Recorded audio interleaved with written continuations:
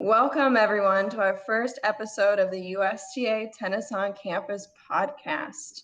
If you have no idea what Tennis on Campus is, then you might be confused, and so am I, because I'm not sure what wild twists and turns you took on the internet to get to this point. But regardless, welcome to this podcast. As we like to say here, Andy, if you are here, you are part of our family.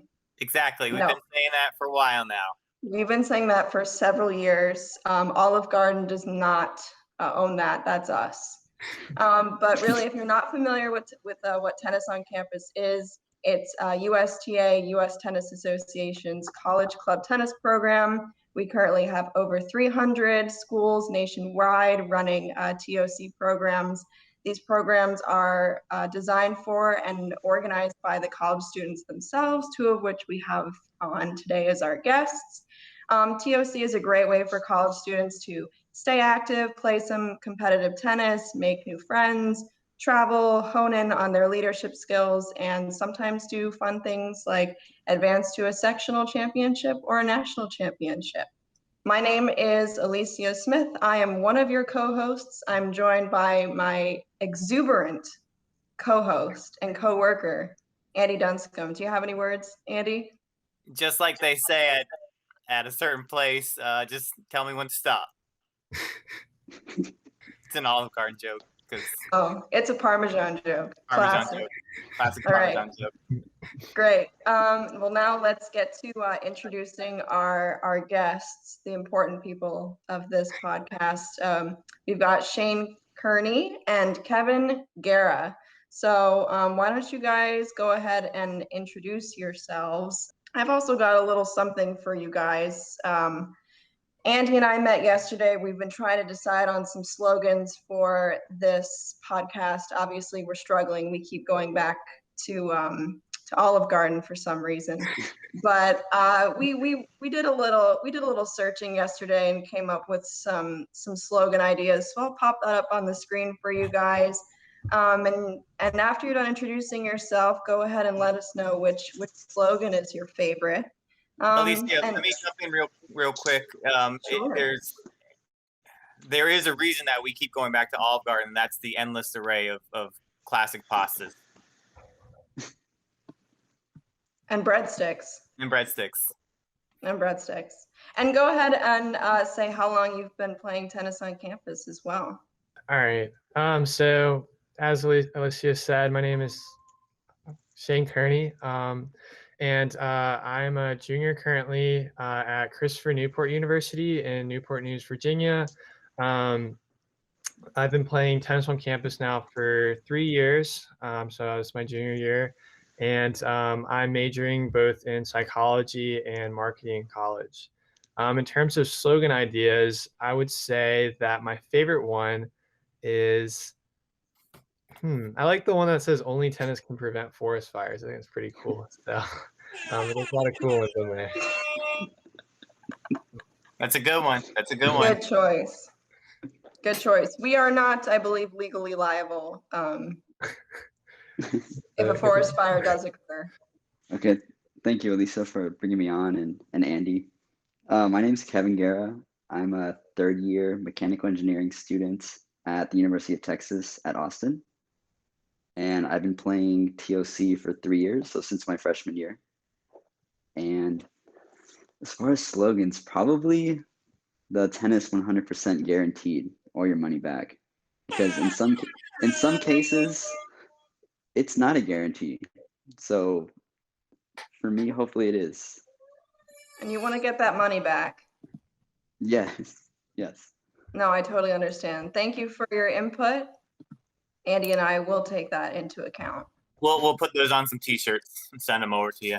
Before we get into on-court things, this has been a difficult time to be quote-unquote social, but both of you guys have done some fun things to keep your players engaged. So I wanted to give you guys a chance to talk a little bit about what you guys have been doing more in the social realm. So for us, as you said, Alicia, we've been having weekly team dinners. So every Friday, regardless of kind of the situation on campus, which we've had to do some like virtual stuff too. But we always have like a 5 to 6:30 block. This is kind of locked for team dinner. So we all hop on, or we all meet outside and socially distance. And doing so, like, it's a really great way just to keep that camaraderie with the team, just getting to know everybody and feeling comfortable like with each other, because we practices have been sporadic, and it's been difficult for everybody to be together. So that's been a way to keep everybody like in tune with the team. We've also done in the past like year, we've done a bowling night and a top golf night, which were both really fun. We were able to like rent out a booth for top golf, and we're going to be doing more. We're going to get that more slated in the future as well, and bowling with the team as well. We did a BJ's Pizookie night where we brought cookies to the courts, which was really cool too. And during a practice, we brought Pizookies. We're going to do that again this semester. Everybody really liked that, obviously. And then virtual game nights. So play Jack in the Box games, Cards Against Humanities online, stuff like that. We probably had about 4 or 5 throughout the past semester. So just a couple weeks, we'll do one if we can't have practice, especially over break. We did like 1 or 2 just to keep people engaged and have some fun together. So yeah. That's awesome. And obviously we all got a little excited about Pizookie night. If anyone didn't know this, Tuesdays it's a $3 Pizookie at BJ's. Andy, Yeah. you raised your hand, I noticed. Yeah, I got a follow-up question on the Pizookie position. Yeah, absolutely. So was this you show up, you get a Pizookie, or is there stakes involved? It's like the winner gets a Pizookie. Ooh. Could you show up and not get a Pizookie? So for this one, we had like a form where you could fill it out, and it was like I guess it wasn't we should have done it on a Tuesday. We don't have practice, unfortunately, on Tuesday nights, but yeah, we had a form where people could fill out what they wanted, and we had our treasurer at the time go and pick all the Pizookies up from BJ's and bring them to us during practice. So that was kind of like the end of practice kind of celebration of we got to have something nice. It was like on a Friday practice to end the week, so it was a good way to end the week. So to follow up with one of our taglines from earlier, there's a world where we could have a tagline of tennis on campus, guaranteed Pizookies. I mean, I think that would be a pretty good. I think people would enjoy that one. And how much do you trust your treasurer? Were all the Pizookies accounted for? Did some fall off the van? I mean, he came in and his mouth is pretty covered in chocolate. Oh no. One last follow-up question for you, Shane, and then we'll hand it over to Kevin. But what is your favorite Pizookie? Oh, for me, I always have to go with the cookies and cream Pizookie. So like I got to get the whipped cream on top. So that always hits different. That's for sure. Yes, Shane. Yes, that was the first Pizookie I ever tried, and I did shed a tear because I was just so blown away by the incredible taste. All right, we'll pass it off to Kevin now. First off, Shane, that sounds like a brilliant idea. I might have to steal that. We have some cool local pie places in Austin that I'm sure people would be really enjoying to have like right after practice. That's a good idea. But yeah, we've had a couple different things we've been doing socially. We've tried to have a group picnic to meet up, get lunch, have picnic out in like the main lawn. One of my other orgs was doing Zoom study sessions where they would just have a group me, and anytime someone wanted to study with some friends, they would drop a link in there and people would join. So I try to bring that over to club tennis. So we've been doing that a lot last semester. So that's been good just to see familiar faces, even though we might have people that are not even in Austin. They may be back home and they can still join and like be connected and see familiar faces. So that's been good.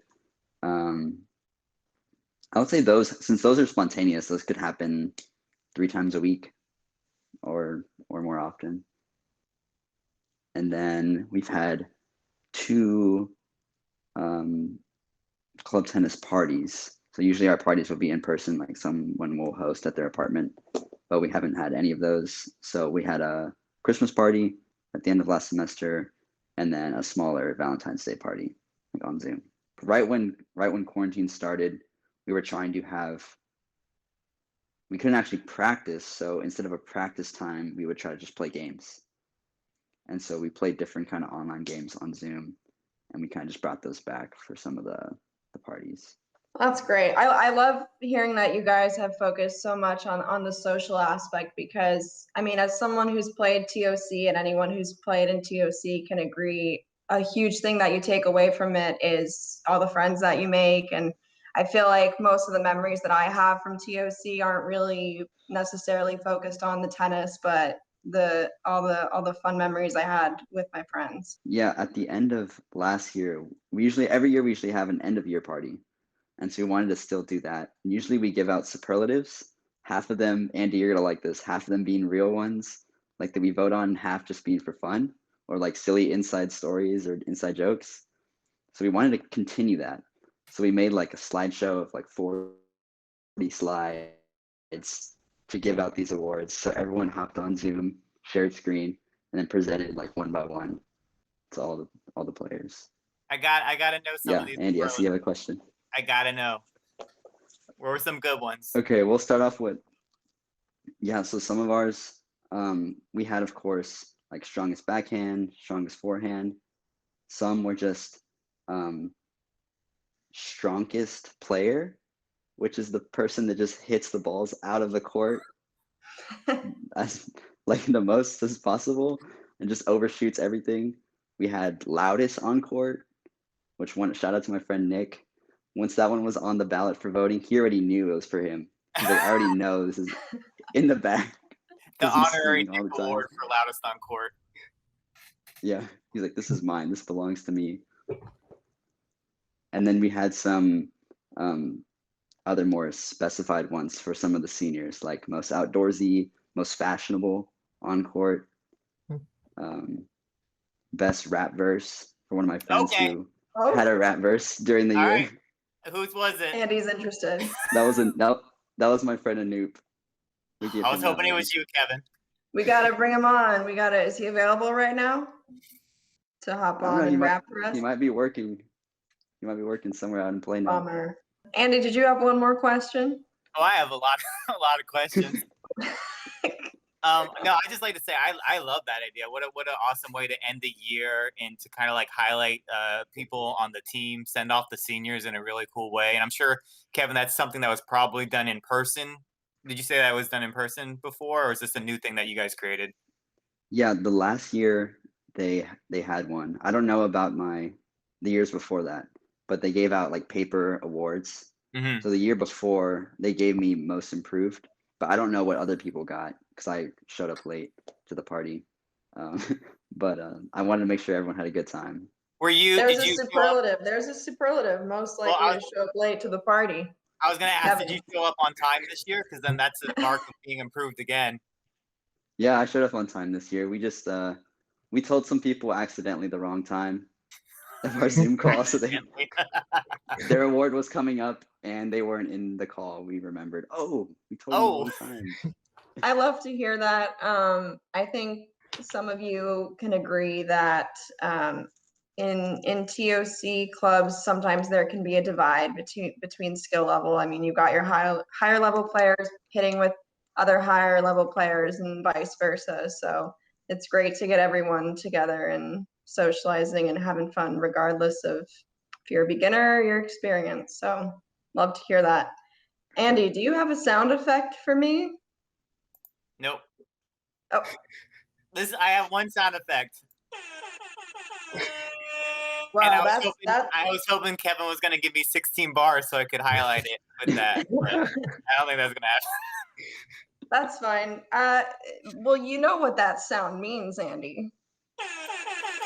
Yeah, what's that mean? You know what that means. It's time for a little segment we like to call Justify This. So Andy and I were doing some research on your schools, on your mascots specifically, and we came across some images of your mascots that left us a little, how would you say, Andy, unsettled? Unsettling. Unsettled. So here's what we're gonna do now, something fun. We're gonna show you a picture of that mascot, and you have 60 seconds more if you want to take more. to justify this photo of your mascot. Oh, gosh. So first up, we got Kevin. This looks like it's all you. Go ahead and share that screen. All right. I mean, So it it looks shouldn't like be we've too got your hard. mascot, Bevo, the Longhorn, posed with someone, a child, it looks like, dressed up as a character from the hit show Yo Gabba Gabba. Don't ask me how I know about that show, please. Anyway, Kevin, we were wondering if you could justify this. Yeah, this is an interesting one. Is the child smiling? I can't really tell. It's kind of far away. I sure hope so. I mean, there's a lot of Texas pride here. So you're either growing up, you're either a Longhorn or an Aggie. So if you're a Longhorn, people definitely have their fair share of supplies, including a massive Bevo head that you can wear on Thanksgiving, I guess. I actually dressed as a UT player for one of our Halloween parties. So that could have been me, honestly. I had the full jersey, like shoulder pads, pants, everything. So I mean, I applaud him, I guess. Yeah, Andy, you have a question?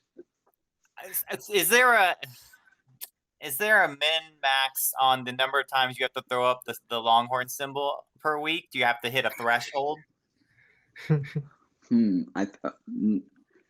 See, I would say I don't throw it up that often, but literally yesterday I did. So Well, what was that tells you something. Were you getting gas? Were you checking out the store? Is that a form of payment there?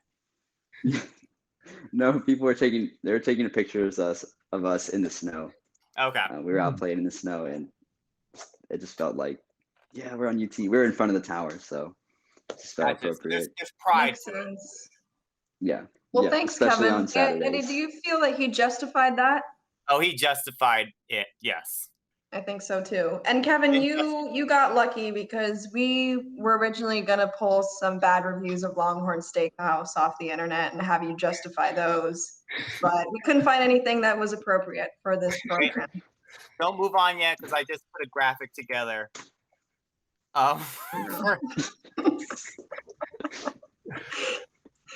Andy, where are you? Are you on my PowerPoint? No, I'm not. I'm gonna share my screen in my 3,000 tabs. 3,000 tabs. Let me make sure everything's good here. Okay, before I share. That has been justified. Does that work? Yeah. Anything? You didn't even full screen the image. I just saw it the other. All right. It is Shane's turn, and Shane, this one's easy. Okay. I just know you can justify this. So we've got your CNU mascot, Captain Chris, I believe is his name. Yeah. Posed against a Honda. Yeah. I mean, I would say that for him, it's just our school, like we just have to like look cool to feel cool, I guess, kind of thing. So you gotta this picture, I can tell that our captain is getting ready to, I don't know, maybe take a test drive or just drive around campus, kind of show off our school to everybody else. Gotta I don't know, this is hilarious. I like how you gotta have the perfect stance, right, where you're standing in front of the car and looking really fly and looking great so that everybody will see you, and they'll be as we like to say, we use a lot of seeing you puns, so they'll be like seeing you later kind of thing. So that's I think that's pretty much what I can see from this, but he looks really cool, and definitely representing the school well, so that's cool. Andy, I think that photo has been full screen. What's this? Justified. Justified. March 16th, Tuesday, 10 o'clock on FX, like 10 years ago. I've never heard of this. Yeah, I'm just gonna say that I've never You've heard never of that. heard of the hit show Justified featuring Timothy Olyphant? Mm-mm. Oh, guys. Had you, or did you just memorize And the character's name? Walter Goggins. No, it's who's plays Sonny Virgin Reading the in IMDb page, aren't you? Huh? Now you're just No. reading the IMDb page. All right, you're gonna have to edit this out, but Justified is a really good show.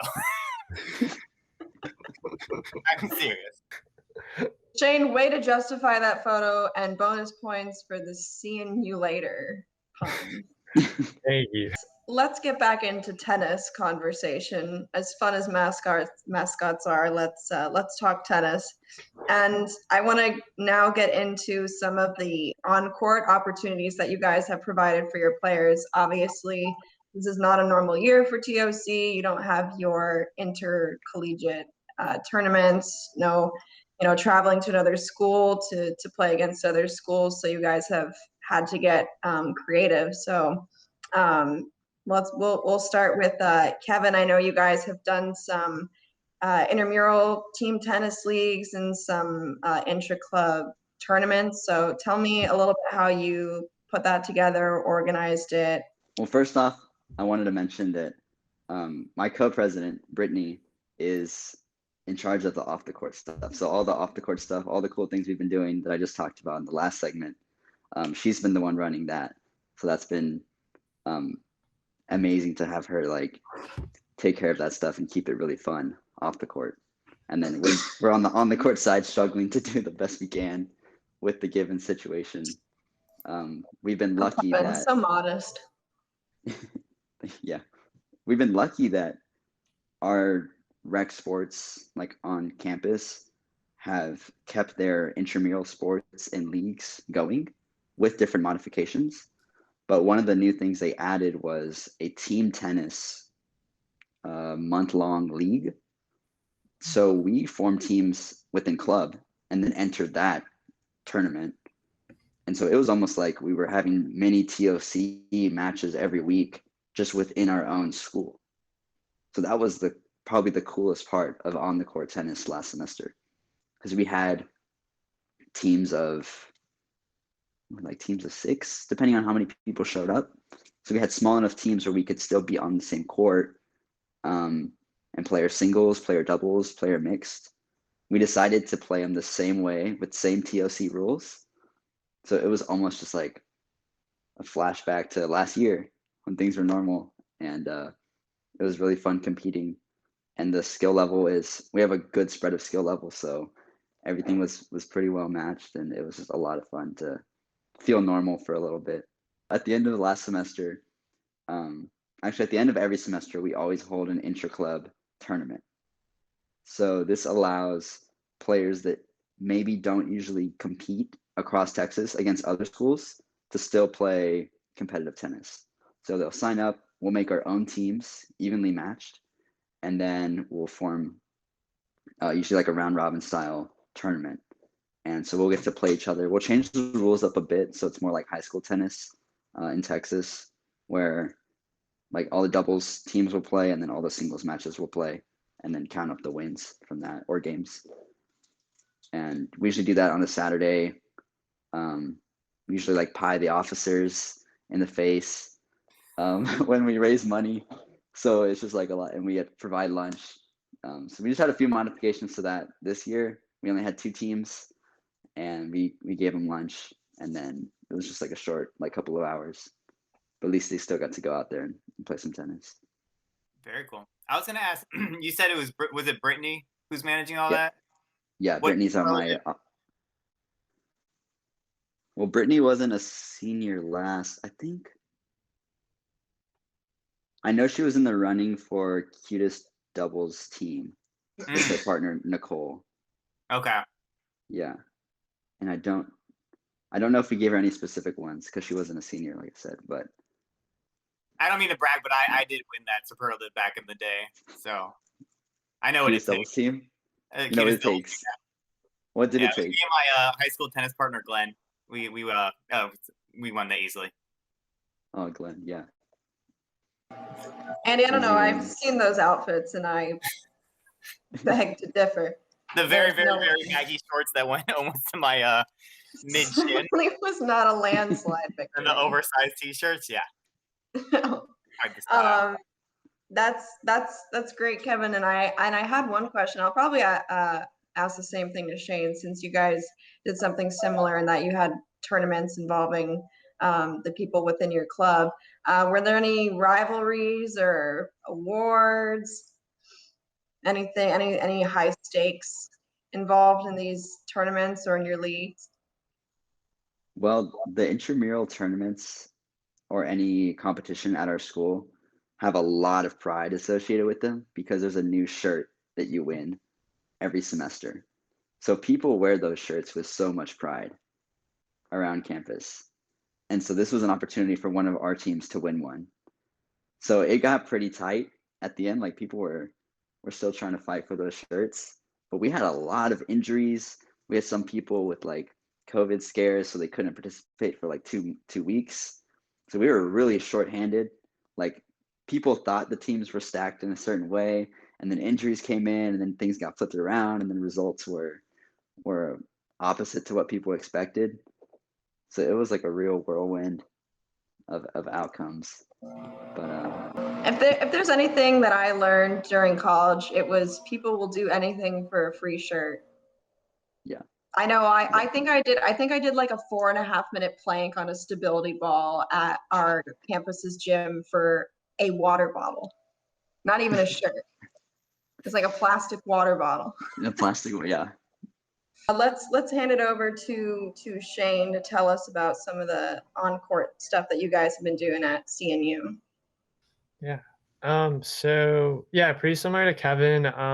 One of the things that we started doing last semester was our rec service offered intramural tournaments.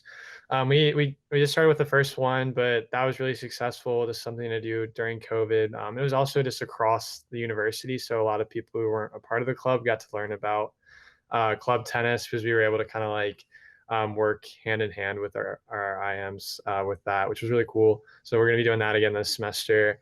One of the things that we're working towards this semester is doing like a world team tennis kind of match setup. So representing a country. And I'm still trying to figure out the prize situation, but maybe doing something where the winner, we pitch in and we get something specific to that country for the winner. So like, we do Belgium, we get them some waffles or something like that. I don't know, but we'll do something cool like that. I think is what we're looking at right now.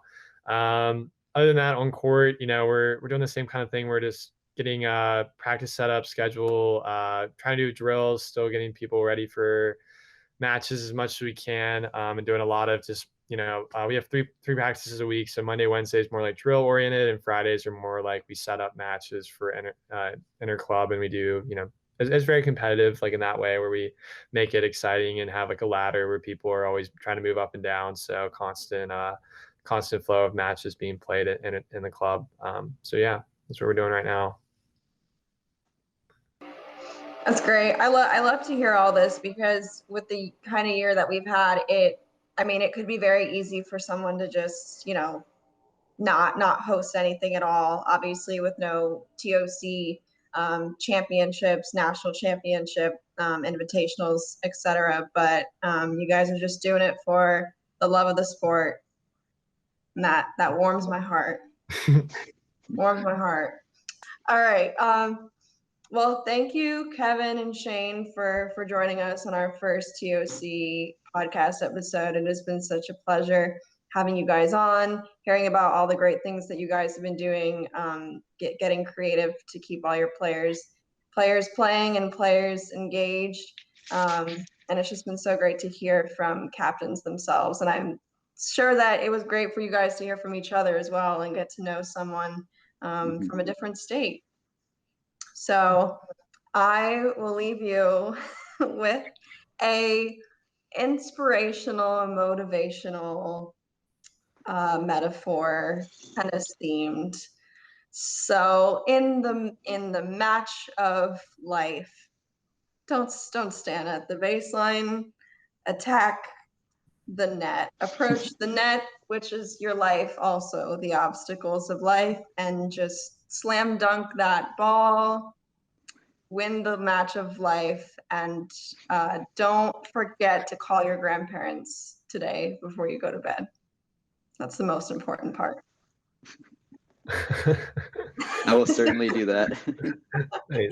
Good, great. Did that inspire you a little bit? Just a little? Just a Yeah. little.